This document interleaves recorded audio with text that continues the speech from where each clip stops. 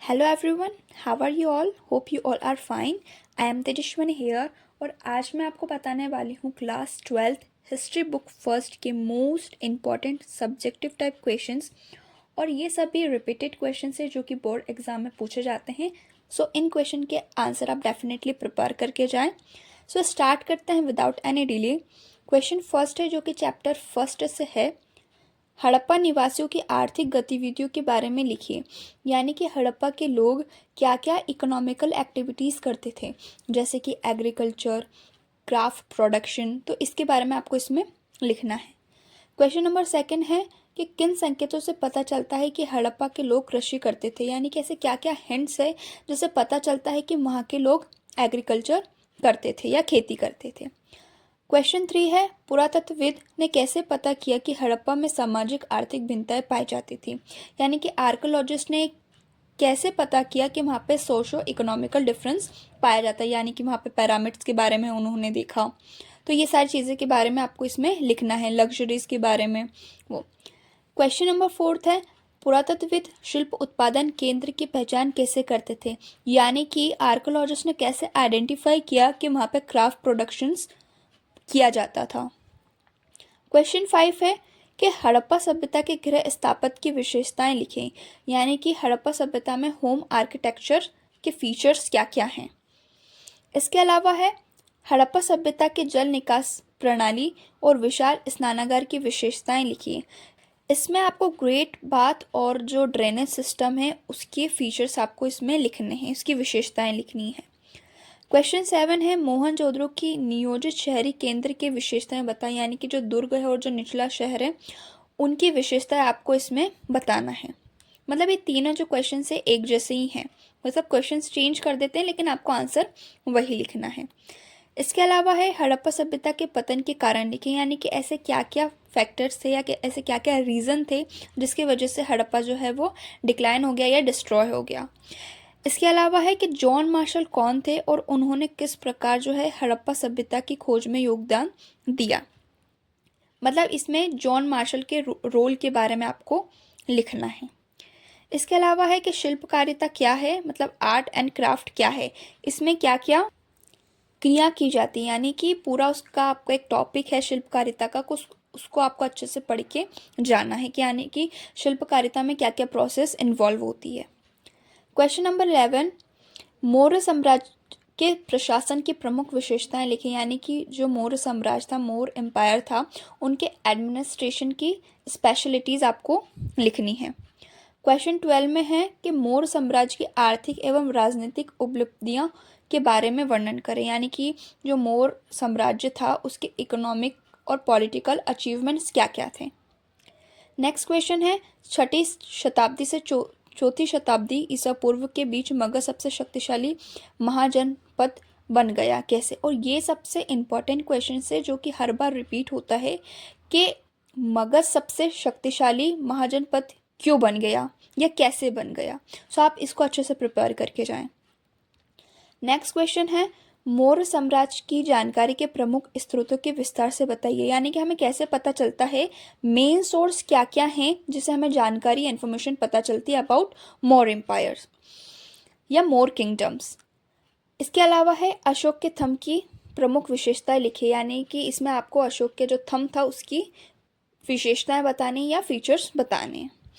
Next question है बौद्ध संघ में भिक्षुओं एवं भिक्षुणियों यानी कि मोंक्स के बारे में आपको इसमें बताना है कि उनके क्या क्या नियम थे जो कि उन्हें पालन करना पड़ता था।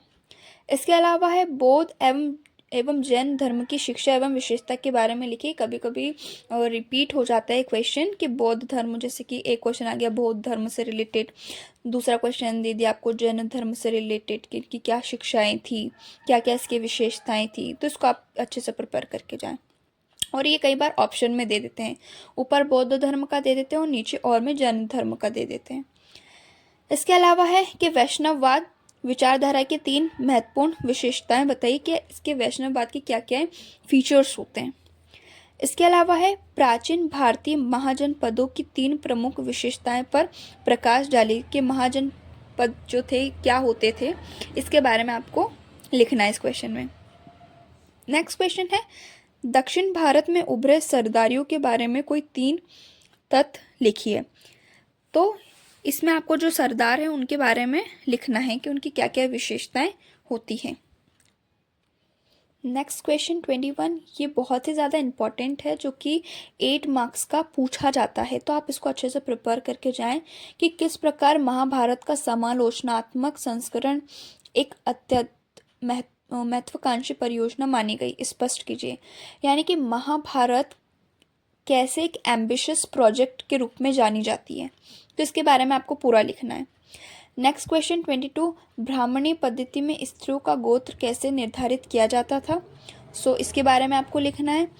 नेक्स्ट, मनुस्मृति में वर्णित चांडालों के कर्तव्य का वर्णन कीजिए, ये भी पूछा जाता है, मोस्ट इंपॉर्टेंट क्वेश्चन है और कभी कभी इसका एक पैराग्राफ भी आपको केस बेस में दे देते हैं। नेक्स्ट है, महाभारत कालीन समाज पुरुष प्रधान था, कोई 3 नियम लिखे। यानी कि जो महाभारत का जो समय टाइम पीरियड था वो पुरुष प्रधान था, तो उसके क्या क्या नियम थे उसके बारे में आपको लिखना है। नेक्स्ट क्वेश्चन है, महाभारत कालीन समाज में विवाह से संबंधित कोई 3 नियम बताइए। यानी कि जो मैरिज वहाँ पे होते थे तो उनके क्या क्या नियम होते थे उसके बारे में आपको लिखना है। ये दोनों क्वेश्चन एक जैसे ही हैं, रिलेटेड एक दूसरे से। इसके अलावा ये कि आप कैसे कह सकते हैं कि महाभारत एक गतिशील ग्रंथ है, अपने उत्तर के पक्ष में कोई 3 तर्क दीजिए। क्वेश्चन नंबर 21 और 26, ये दोनों एक जैसे क्वेश्चन है और ये कई बार ऑप्शन में भी आपको दे देते हैं और करके। तो इसमें आपको लिखना है कि हम कैसे कह सकते हैं कि जो महाभारत है वो एक डायनामिक स्क्रिप्चर है।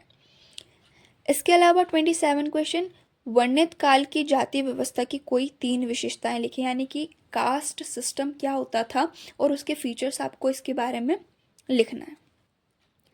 नेक्स्ट है, महाभारत के मूल व प्रचलित लेखक कौन थे, व्याख्या कीजिए। यानी कि कई बार ऐसा क्वेश्चन भी आ जाता है कि महाभारत के क्या एक लेखक थे, वो स्पष्ट कीजिए या उसकी व्याख्या कीजिए, तो वो ऐसे क्वेश्चन भी दे देते हैं। तो इसका कोई एक लेखक नहीं थे, बहुत सारे लोगों का इसमें हाथ था। इसके अलावा वर्णित काल की वर्ण व्यवस्था की कोई 3 विशेषताएं बताइए। क्वेश्चन नंबर 27 और 29 भी कभी कभी आपको ऑप्शन दे देते हैं और में। नेक्स्ट क्वेश्चन है, भोपाल की बेगमों ने सांची के स्तूप के संरक्षण में क्या क्या योगदान दिया, 3 बिंदुओं द्वारा स्पष्ट कीजिए। ये क्वेश्चन भी बहुत ज़्यादा इम्पॉर्टेंट है, कई बार पूछा जाता है और इसका जो क्वेश्चन है चेंज करके भी दे देते हैं कि क्या ऐसे तथ्य थे या रीज़न थे जिससे अमरावती पहले नष्ट हो गया लेकिन सांची का जो स्तूप है वो बाद में नष्ट हुआ। तो उनने जो भोपाल की जो बेगम थी उनने सांची के स्तूप के लिए कई सारे योगदान दिए। इसके अलावा है, बौद्ध धर्म के तेज़ी से प्रसार के कारणों का विवरण दीजिए। नेक्स्ट है, हीनयान और महायान में क्या अंतर पाया जाता है, इसके बारे में आपको इसमें लिखना है। नेक्स्ट क्वेश्चन है, स्तूप की जो संरचना या रचना किस प्रकार की जाती है, इसका भी एक टॉपिक दे रखा है तो आप उसको अच्छे से पढ़ के जाएं। नेक्स्ट है, 6ठी शताब्दी ईसा पूर्व को भारतीय इतिहास में महत्वपूर्ण क्यों माना जाता है, ये भी मोस्ट इम्पॉर्टेंट क्वेश्चन है जो कि कई बार पूछा जाता है।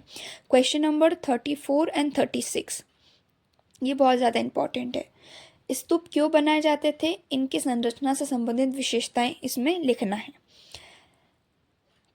600 ईसा पूर्व से 600 ईस्वी तक भारतीय दर्शन की कोई 3 प्रमुख विशेषताएं लिखिए।